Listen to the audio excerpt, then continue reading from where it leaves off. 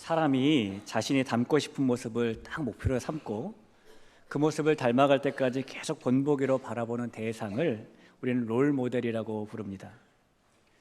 불과 몇 년 전인 과거에는 기업가나 정치인 또는 역사 속의 위인들처럼 나와는 직접적인 깊은 관계가 없더라도 정치적으로나 혹은 경제적으로나 사회적으로 성공을 이룬 사람들을 주로 롤모델로 삼았어요. 실제로 2019년 한국 갤럽 조사를 보면은 그때의 우리나라 사람들이 자신의 롤모델이라고 꼽은 사람들은 1위가 이순신 장군이었고 2위가 세종대왕 같은 역사 속의 인물이었습니다. 그리고 3위와 4위는 정치인들이었어요. 그런데 최근에는 이 MZ세대를 중심으로 롤모델에 대한 인식과 대상들이 조금씩 변하고 있습니다. 우선은 롤모델로 삼는 대상들이 조금씩 변하는데요, 시각이 변해서 역사 속 위인이나 먼 관계에 있는 사람들보다는 나와 직접적으로 가까운 관계에 있으면서 나보다 반보나 한보 앞서 나가면서 그 경험을 나눠줄 수 있는 사람, 이런 사람들이 롤모델로 주목을 받고 있죠. 롤모델의 정의가 나의 삶에 실제적인 영향을 줄 수 있는 사람으로 변하고 있는 겁니다. 또한 롤모델로 삼는 기준도 변하고 있어서 청년들을 대상으로 한 설문조사 결과를 보면은 자신이 추구하는 가치에 맞춰 행복하게 사는 것이 요즘 롤모델 선택 기준의 1위입니다. 사회적 성공 여부는 롤모델 선택 기준의 4위에 불과해요. 그래서 근래에는 우리가 신조어 속에서도 볼 수 있듯이 일을 잘하는 사람을 뜻하는 일잘러라든가 열심히 삶을 사는 사람을 뜻하는 갓생러라든가 이런 사람들이 새로운 롤모델로 부각이 되고 있는 것이죠. 이게 성도 여러분께서는 어떤 롤모델을 가지고 계실까요? 이 믿음을 가지고 사는 성도들에게는 말씀과 삶으로 가장 큰 영향을 주시는 영원한 롤모델이 한 분 계십니다. 여러분, 그분이 누구시지요? 그분이 바로 어제나 오늘이나 동일하신 예수님이십니다. 예수님께서 이 성도에게 닮아가야 하는 영원한 롤모델이 되시는 이유는 그것이 하나님께서 성도를 택정하신 목적이기 때문이에요. 로마서 8장 29절에 보니까 하나님이 미리 아신 자들을 또한 그 아들의 형상을 본받게 하기 위하여 미리 정하셨으니 이는 그로 많은 형제 중에서 맏아들이 되게 하려 하심이니라 라고 하나님께서 우리를 택정하신 이유 자체가 그 아들 예수님의 형상을 본받게 하시기 위해서다라고 말씀하고 있습니다. 그래서 예수님의 모습은 우리가 회복해야 될 모습이고, 그래서 예수님께서는 우리가 닮고 싶어 하고 닮아야 하는 우리의 완벽하고 영원한 롤모델이 되시는 것이죠. 자, 그럼 여러분, 우리가 구체적으로 예수님의 어떤 면을 닮아야 될까요? 우리가 닮아야 하는 것은 예수님의 인격, 예수님의 하나님을 향한 사랑과 순종, 예수님의 말과 행동을 비롯한 예수님의 모든 모습일 겁니다. 대길교회 모든 성도님들이 예수님을 그렇게 영원한 롤모델로 삼고 예수님의 모든 모습을 닮아갈 수 있기를 주님의 이름으로 축복합니다. 이 세례 요한이 잡힌 후에 본격적으로 하나님의 복음을 선포하신 예수님께서는 이 사람들이 이 땅에서도 하나님의 나라를 맛볼 수 있도록 그들의 어려움과 아픔을 치유하시기 시작하십니다. 이 사람들에게 말씀을 가르치시고 각종 병이 든 사람들을 낫게 해주시고 귀신 들린 사람들을 회복시켜 주시고 그렇게 하나님의 나라가 이 땅에서도 시작되게 하셨어요. 그러자 예수님에 대한 소문이 갈릴리 온 사방에 널리 퍼지게 되었습니다. 예수님의 유명세가 높아졌고요, 예수님께서 가시는 곳마다 사람들이 문전성시를 이루었습니다. 심지어 해가 지려고 할 때까지 많은 사람들이 예수님을 찾아오게 됩니다. 보통 우리의 하루 계산법은 밤 12시부터 그 다음날 밤 12시까지가 하루지요. 그러나 유대인들의 하루 계산법은 우리와는 좀 다릅니다. 유대인들에게 하루란 일몰 때부터 그 다음 일몰 때까지입니다. 따라서 해가 지려고 할 때에 사람들이 찾아왔다라는 것은 지금 우리가 느끼기에 조금 쉬운 방법으로 바꿔 표현하자면 하루가 다 끝나가는 시간인 밤 12시가 되는 시간쯤에 많은 사람들이 찾아왔다라는 거예요. 여러분, 혹시 퇴톡이라는 말 들어보셨어요? 이 퇴톡인 뭐냐면 퇴근 후 카톡, 이거 줄임말입니다. 요즘에 직장인들의 이야기를 들어보면요, 퇴근을 한 뒤인 저녁 8시나 9시쯤 혹은 근무가 없는 주말 시간에 직장 상사들이 카톡을 통해 가지고 업무 연락을 하는 경우가 심심치 않게 있대요. 자, 그런데 그렇게 퇴근 후 업무용 카톡을 받은 사람들 중에 60%는 그 일 때문에 심각한 스트레스를 겪고 있답니다. 그 스트레스로 인한 문제가 사회적으로 얼마나 심각해졌는지, 그 때문에 아예 고용노동부에서는 퇴톡 금지를 법제화시키기 위한 TF팀을 출범시켰을 정도예요. 여러분, 퇴근 후에 저녁 시간에 연락을 받는 것도 그렇게 사회적으로 문제가 될 정도로 큰 스트레스를 받는 일인데, 예수님께서는 그날 하루가 다 끝나가는 해가 저물 때에, 그리고 상황을 보자면 다음 날이 된 해가 저문 후에도 사람들을 돌보시고 만나셔야 됐습니다. 그 정도면 정말 눈코 뜰 새 없이 바쁜 일정을 보내고 계시는 것이죠. 그런데요, 오늘 본문 말씀을 보니까 그렇게 날이 지나도록 사람들을 가르치시고 도우시고 회복시키시며 바쁜 일정을 보내고 계신 그 예수님께서 이른 새벽에 기도를 하셨다라고 말씀합니다. 35절을 볼까요? 새벽 아직도 밝기 전에 예수께서 일어나 나가 한적한 곳으로 가서 거기서 기도하시더니 라는 말씀입니다. 이 말씀에서 아직도 밝기 전이라는 이 때는 이 성경 원어로 엔니코스라는 때인데요, 이 때가 언제냐면은 해가 뜨기 바로 직전의 때를 말합니다. 또한 이 말씀에서 한적한 곳이라는 말은 역시 성경 원어로 에레모스라고 불리는 곳으로 광야를 말해요. 지금 이스라엘의 일출 시간을 한번 생각해 보면 지금 같은 겨울인 12월과 1월에는 6시 30분쯤에 해가 뜹니다. 여름인 6월과 7월쯤에는 5시 30분쯤에 해가 떠요. 예수님께서는 이 시간대를 비교해 보자면 그 시간 이전에 일어나셔서 아무도 없는 광야에 나가시고 그곳에서 기도하셨다는 것이죠. 여러분, 예수님께서는 왜 아무도 일어나지 않은 그 시간에, 가장 어둡다는 해 뜨기 바로 직전 시간에 아무도 없는 광야에 나가셔서 기도를 하신 것일까요? 생각해보면 예수님은 기도하실 필요가 없는 분 아닐까요? 예수님은 태초부터 하나님과 함께 계셨던 분이고 곧 하나님이신 분이십니다. 요한복음 1장 1절이죠. 태초에 말씀이 계시니라, 이 말씀이 하나님과 계셨으니 이 말씀은 곧 하나님이시니라 라고 예수님이 하나님이라고 말씀합니다. 게다가 예수님께서도 스스로 하나님과 예수님이 하나라고 말씀하신 적도 있으셨어요. 요한복음 10장 30절입니다. 나와 아버지는 하나이니라 하신대요. 자, 이렇게 예수님께서 하나님이시고 하나님과 하나이신데 그런 예수님께서 굳이 기도를 하실 필요가 있으셨을까요? 그런데도 왜 예수님께서는 이른 새벽부터 하나님께 기도를 하고 계시냐라는 겁니다. 우리가 오늘 예수님께서 기도하신 이유가 무엇인지를 정확하게 알기 위해서는 먼저 기도가 무엇인지 알 필요가 있어요. 여러분, 기도가 무엇일까요? 우리는 왜 하나님께 기도하는 것일까요? 어느 교회의 한 권사님이 새벽 기도에 나와서 너무너무나 애절하게 기도를 하기 시작했습니다. 하나님, 제발 살려주세요. 하나님, 그냥 이대로 끝나면 안 돼요. 너무 불쌍해요. 주님 꼭 믿사오니 꼭 살려주세요. 이 권사님의 기도가 너무나 애절해서 얼마나 절실했던지 강단 위에 있는 목사님의 귀에까지 들리게 되었습니다. 그 기도 소리를 들은 목사님은 권사님 가족 중에 필경, 급한이나 사고로 사경을 헤매는 사람이 생겼구나라는 생각에 너무 깜짝 놀라게 되었어요. 그래서 목사님이 권사님의 기도가 끝나길 기다렸다가 권사님에게 다가가 조용히 물었습니다. 권사님, 누구를 꼭 살려달라고 기도하시던데 도대체 누가 위독합니까? 그러자 권사님이 울먹이면서 말합니다. 목사님, 너무 불쌍해요. 꼭 살아나야 돼요. 목사님, 기도해 주세요. 자, 그럼요, 제가 기도할게요. 누가 그렇게 위급한가요? 목사님이 약속하시자 권사님이 이렇게 말했어요. 예, 목사님, 미스트롯에서 제가 가장 좋아하는 가수가 탈락했어요. 목사님, 그 가수는 꼭 패자부활로 살아나야 돼요. 기도해 주세요.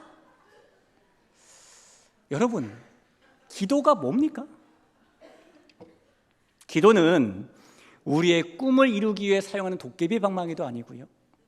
기도는 우리의 모든 문제를 깔끔하게 해결해주는 만능 열쇠도 아닙니다.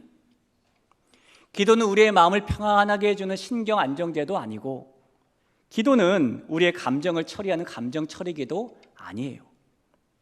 기도는 우리가 필요로 하는 무엇인가를 얻기 위한 수단도 아닙니다. 오늘 예수님의 기도를 보면 기도는 하나님과 만남을 가지는 시간과 방법인 것이고, 그래서 기도는 하나님과의 교제, 사귐의 시간이며 우리는 그 사귐을 하나님과의 데이트라고 부를 수 있는 겁니다.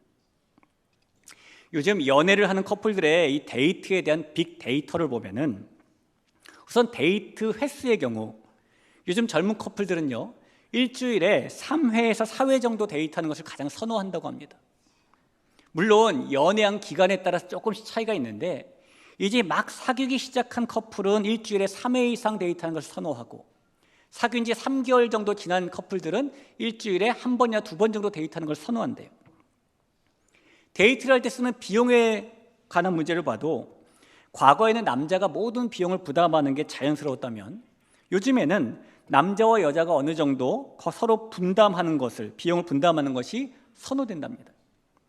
그래서 데이트 비용에 황금 비율이 있답니다. 남자와 여자가 각각 어떻게 비용을 분담해야 되는가? 황금 비율 1순위는 6대4, 2순위는 7대3, 3순위는 5대5래요. 데이트 코스를 봐도 요즘에는 카페, 식당, 산책 순으로 장소가 선호된다죠. 정말 남녀의 데이트에 관해 다양한 경우에 이런 자료, 데이터들이 있는 겁니다. 여러분 데이트 해보셨죠? 안 해보셨습니까? 여러분 데이트가 뭡니까? 연인이 데이트하는 것은 두 사람이 시간을 함께 보내고 싶은 마음에 하는 거예요. 그래서 이 데이트는 나의 시간 중에서 일부를 상대방과 함께 보낸다는 것에 의미가 있는 것이죠. 조금 더 거창하게 말하자면 인생 중에 일부를 상대와 함께 보낸다는 데 중요한 의미가 있는 것이 데이트입니다. 따라서 데이트는 서로 함께 시간을 나누면서 서로의 경험을 공유하고 서로 알아가면서 그 시간만큼은 서로에게 집중하기 위해서 가지는 것이죠. 그러면서 서로에게 활력소가 되어주기도 하고 서로에게 삶의 원동력도 주기도 하는 것이 데이트입니다.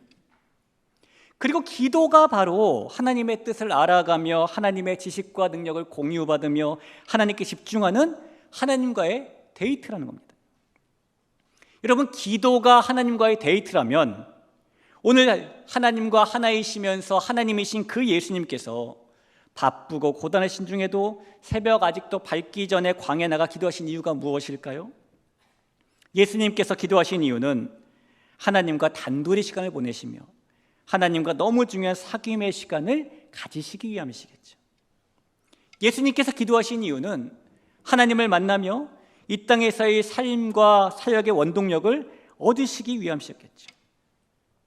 사랑하는 성도 여러분, 기도는 우리가 하나님과 단둘이 만나며 우리가 하나님과 인생의 시간을 나누며 우리가 하나님과 삶을 나누는 광야의 데이트입니다. 그래서 그 기도가 성도인 우리에게 삶의 원동력이 될 수 있는 것이고, 그럴 때 기도가 우리의 삶의 활력소가 될 수 있는 것이에요.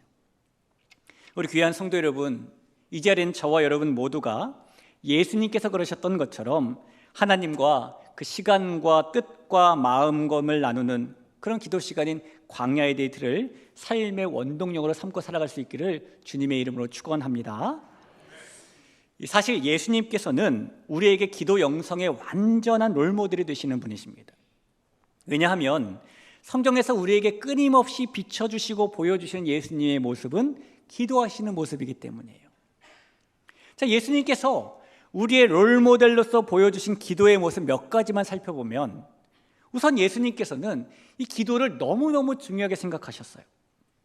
오늘 본문을 보니까요, 오늘 본문이 35절부터 45절까지인데 예수님께서 한적한 곳에 가셨다라는 말씀으로 35절을 시작해서 예수님께서 한적한 곳에 계셨다라는 45절 말씀으로 끝나게 됩니다. 마치 샌드위치처럼 위와 아래를 탁 뚜껑처럼 닫고 있죠. 35절 한번 볼까요?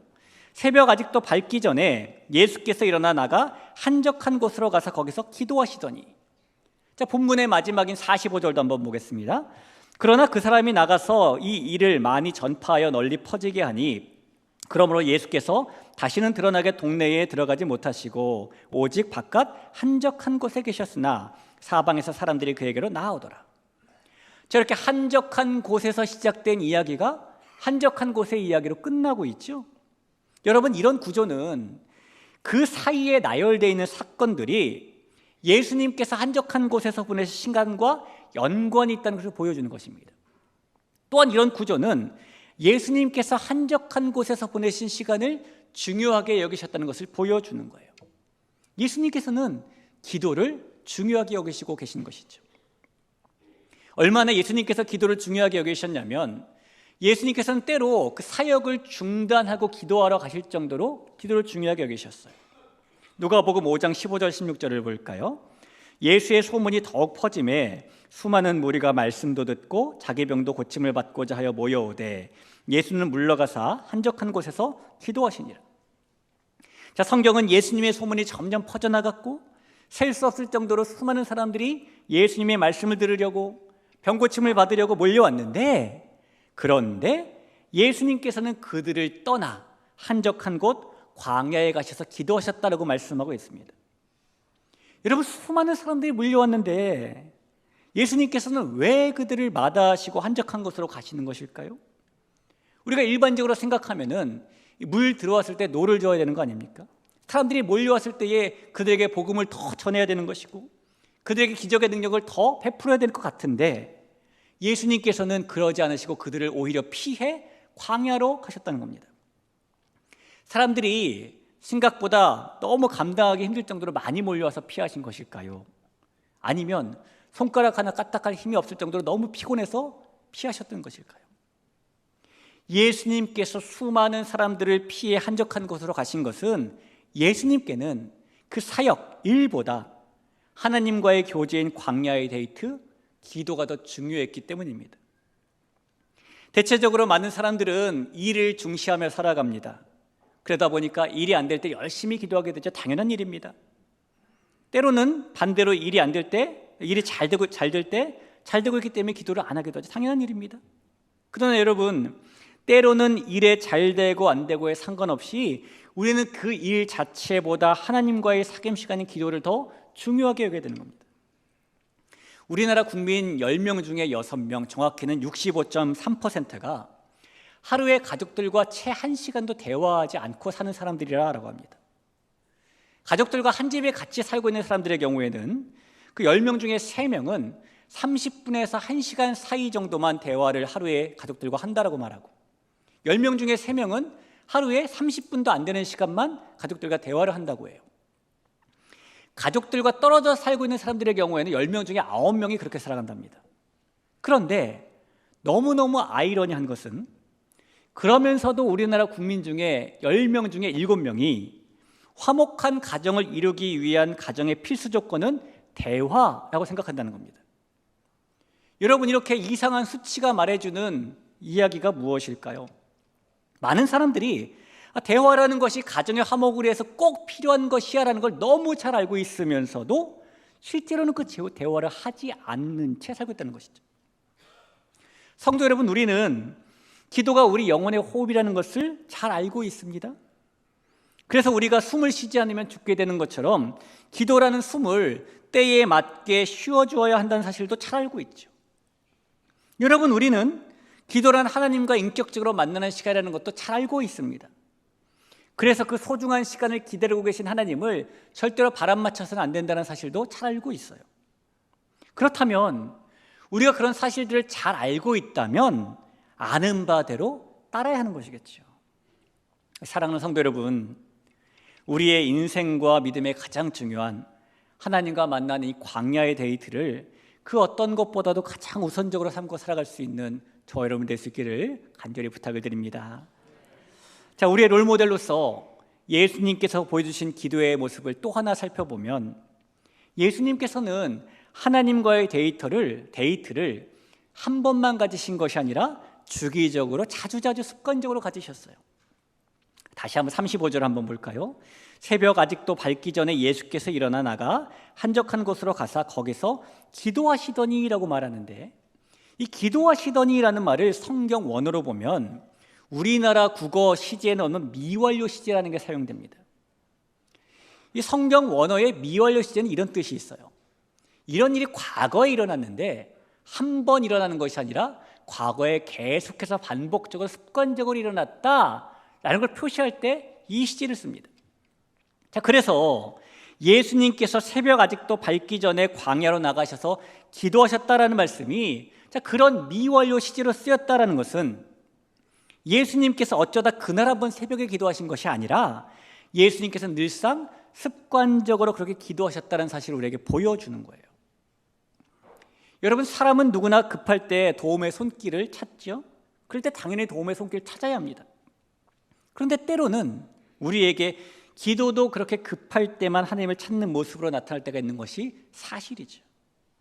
그러나 오늘 본문에서 예수님께서는 무슨 급한 일이 생기셔서 하나님을 만나러 광야로 나가신 것이 아닙니다.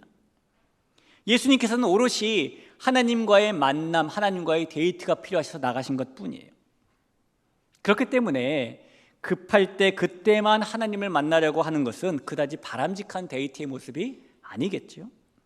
위급할 때나 위급하지 않을 때나, 용건이 있을 때나 용건이 없을 때나, 필요한 것이 있을 때나 필요한 것이 전혀 없을 때나 어느 때든지 하나님을 만나려고 하는 마음이 바람직한 데이트의 모습일 겁니다. 우리 대길의 귀한 성도 여러분, 우리가 하나님을 만나는 광야의 데이트는 쉬지 말고 기도하라라는 표현대로 습관적으로 하는 기도가 되어야 합니다. 이 습관적으로 하는 기도라는 것이 어려운 것이 아니에요.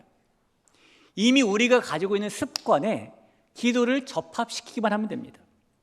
예를 들면 혼자 산책하는 것을 습관처럼 좋아하는 사람이 있다면 그분은 산책하는 습관에 기도를 접합해서 산책할 때 기도하면 돼요.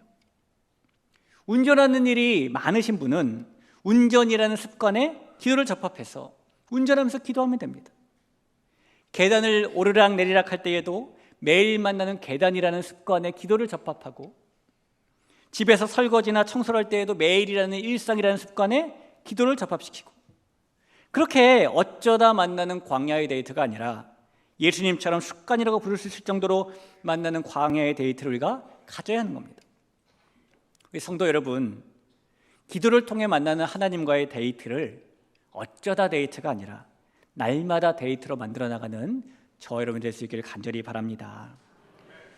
자, 우리의 롤모델로서 예수님께서 보여주신 기도의 모습을 마지막으로 하나만 더 살펴보면, 예수님께서는 기도를 통해 응답과 능력을 받으셨어요. 오늘 본문에서 예수님께서 기도하신 후에 보여주신 행적을 살펴보면 39절에 이렇게 써 있습니다. 이에 온 갈릴리에 다니시며 그들의 여러 회당에서 전도하시고 또 귀신들을 내쫓으시더라라는 행적이 기록되어 있고, 또 41절과 42절을 보니까 예수께서 불쌍히 여기사 손을 내밀어 그에게 대시며 이르시되 내가 원하노니 깨끗함을 받으라 하시니 곧 나병이 그 사람에게서 떠나가고 깨끗하여진지라 라는 행적도 기록되어 있습니다. 그러니까 예수님께서 기도하신 후에 전도하시고 귀신들도 내쫓으시고 나병 환자를 고쳐주셨다는 것이죠. 여러분, 이 일이 우리에게 무엇을 알려줍니까? 예수님께서 기도하시는 시간은 하나님으로부터 힘을 얻고 응답을 받고 하나님께서 주시는 놀랍도록 크신 삶의 원동력, 사역의 원동력을 받는 시간이었다는 것을 보여주는 거예요. 이런 전도와 병고침과 귀신을 내쫓음과 나병 환자를 낫게 하시는 것이 기도하신 결과라는 겁니다. 어떤 움직임이 있게 하는 근본적인 힘을 우리는 원동력이라고 부릅니다. 이 세상의 모든 사람들은 나름대로 아무리 힘이 들어도 그 어떤 장애물을 만나도 무너지지 않고 일어서게 해주는 삶의 원동력을 가지고 있어요. 어떤 사람은 행복이나 성공이라는 원동력, 어떤 사람은 돈이나 자기 자신이라는 원동력, 어떤 사람은 가족이나 건강, 미래라는 원동력. 여러분, 저와 여러분은 어디에서 이 삶의 원동력을 가져야 되겠습니까? 예수님께서는 항상 기도를 새 힘과 능력을 얻는 삶과 사역의 원동력으로 삼으셨습니다. 예수님께서 12명의 제자들을 사도로 부르셨을 때 장면으로만 생각해봐도 누가복음 6장 12, 13절에 이때에 예수께서 기도하시러 산으로 가사 밤이 새도록 하나님께 기도하시고 밝음에 그 제자들을 부르사 그 중에서 12를 택하여 사도라 칭하셨으니라고 말하죠. 12명을 그냥 사도로 택하신 것이 아니라 산에 가서 밤을 새도록 기도하시고 밝음에 세우셨다는 겁니다. 기도의 결과로 제자들을 사도로 세우셨다는 것이죠. 이 말씀에서 이때는 이라는 때는 언제냐면요, 예수님께서 어느 안식일에 오른손이 마른 사람을 고쳐주셨는데, 그 일 때문에 서기관과 바리새인들이 화가 너무 많이 나가지고 예수님을 어떻게 처리할까 의논할 때입니다. 즉 예수님께서 위기를 만나셨을 때라는 것이죠. 그리고 그 위기 속에서 예수님께서는 새 힘을 얻기 위한 원동력으로 기도를 선택하신 겁니다. 그리고 밤이 새도록 기도하신 결과 새벽에 제자들을 사도로 부르신 것이고, 그것이 예수님께서 밤이 새도록 기도하시면서 하나님께 받은 응답이자 위기를 이겨낼 수 있는 능력이 되었던 것이죠. 예수님께서는 이런 어려움의 순간에서도 기도라는 광야의 데이트를 삶의 또 사역의 원동력으로 삼으셨던 겁니다. 여러분, 신약 성경 중에서 기도라는 단어가 가장 많이 등장하는 성경이 어떤 성경인지 아십니까? 무려 33번이나 등장하고 있는 사도행전이에요. 또 각종 기적과 능력이 많이 나오는 성경도 사도행전이죠. 이 사실은 성령을 받은 제자들이 예수님처럼 자신들의 삶과 사역의 원동력을 기도로 삼았다는 사실을 우리에게 보여주는 것이고, 또 그랬을 때 그들에게 그 기도가 응답과 능력이 되었다라는 것을 보여주는 것입니다. 하나님께서 너무나 사랑하시는 우리 대길의 성도 여러분, 우리가 성도로서 이 땅을 살아갈 때에도 힘과 능력의 원천이 필요한데, 예수님이나 제자들이 가졌던 원천과 동일한 원천이 우리에겐 필요합니다. 우리는 예수님처럼, 또한 예수님의 제자들처럼 그 기도를 하나님과 만나는 광야의 데이트를 삶의 원동력으로 삼을 때 힘있고 능력 있는 하나님의 백성으로 살 수 있기 때문입니다. 여러분, 기도라는 이 광야의 데이트를 우리의 삶의 원동력으로 삼고 활력소로 삼고 힘으로 삼을 수 있기를, 그래서 하나님께서 주시는 능력 있는 성도로 살아갈 수 있는 저와 여러분이 될 수 있기를 간절히 축원합니다. 보통 이 자녀들이 부모를 닮을 때에 사람들은 그 자녀에게 판박이네, 붕어빵이네 이런 말을 자주 합니다. 그만큼 부모를 닮았다는 뜻이겠죠. 그리고 건강한 가정에서 자라난 사람들 중에 그런 소리를 듣고 불쾌하다라는 반응을 보이는 사람은 없어요. 저는 제 아내와 연애하기 전까지는 감자탕이라는 음식을 한 번도 먹어본 적이 없었고요, 순대볶음이라는 음식도 한 번도 먹어본 적이 없었습니다. 근데 아내랑 데이트를 하면서 정말 낯선 음식이었던 감자탕도 먹어보게 되었고 순대볶음도 먹어보게 되었어요. 25년 가까이 지난 지금은 그 낯선 음식이었던 그런 음식들이 전혀 낯설게 느껴지지 않고 오히려 맛있게 잘 찾아먹는 음식이 되었습니다. 식성을 서로 닮아간 것이겠죠. 여러분, 예수님께서는 우리가 닮아가야 하는 영원한 롤 모델이 되시는 분이세요. 그래서 성도인 우리의 삶에 가장 중요한 것은 우리가 예수님의 판박이, 예수님의 붕어빵이 되되 예수님의 모든 모습을 담는 판박이 붕어빵이 되어야 되겠지만, 특별히 예수님께서 기도하신 모습도 담는 그런 판박이와 붕어빵이 되는 겁니다. 예수님께서는 세례를 받으시고 십자가에 달려 돌아가시기 전까지 기도 없이는 그 어떤 일도 행하지 않으셨습니다. 히브리서 5장 7절에 이렇게 써 있어요. 그가 육체에 계실 때에 자기를 죽음에서 능히 구원하실 이에게 심한 통곡과 눈물로 간구와 소원을 올렸고 그의 경건하심으로 말미암아 들으심을 얻었느니라. 이 땅에 계실 때 예수님은 끊임없이 기도하셨다는 겁니다. 하나님이시며 하나님과 하나이신, 그래서 기도가 전혀 필요 없을 것 같은 그 예수님께서 가시는 곳마다 기도를 통해 하나님과 데이트를 하셨던 것을 보면서 우리는 결국 예수님을 본받아 기도하는 사람들이 되어야 하는 것입니다. 100여 년 전에 자동차가 이 세상에 처음 나왔을 때요, 그때만 해도 자동차의 시동은 이 기역자 모양으로 생긴 쇠막대를 엔진 부분에 끼워가지고 열심히 양손으로 돌려서 거는 거였습니다. 이 쇠막대를 돌리는 것이 힘센 남자가 하기도 너무 힘든 일이어서 그 당시 귀족들은 시동을 걸어줄 조수를 운전석 옆에 태우고 다녔대요. 그때부터 운전석 옆자리는 조수석이라고 불리게 되는 겁니다. 그러다가 이 전기를 사용해서 시동을 거는 방식이 발명되면서 우리는 지금 스위치 하나를 누르든지 열쇠를 돌려서 자동차 시동을 걸게 되죠. 그런데 여러분, 그 전기 시동기를 발명한 사람이 누구냐면 미국 발명가인 찰스 캐더링이라는 사람이에요. 이 사람이 나중에 이 제너럴 모터스의 최고 엔지니어가 되었는데요, 이 찰스 캐더링이 빈틈없는 기술을 가지고 있어서 업계에서뿐만 아니라 사회적으로도 입지가 높아진 사람이 되었습니다.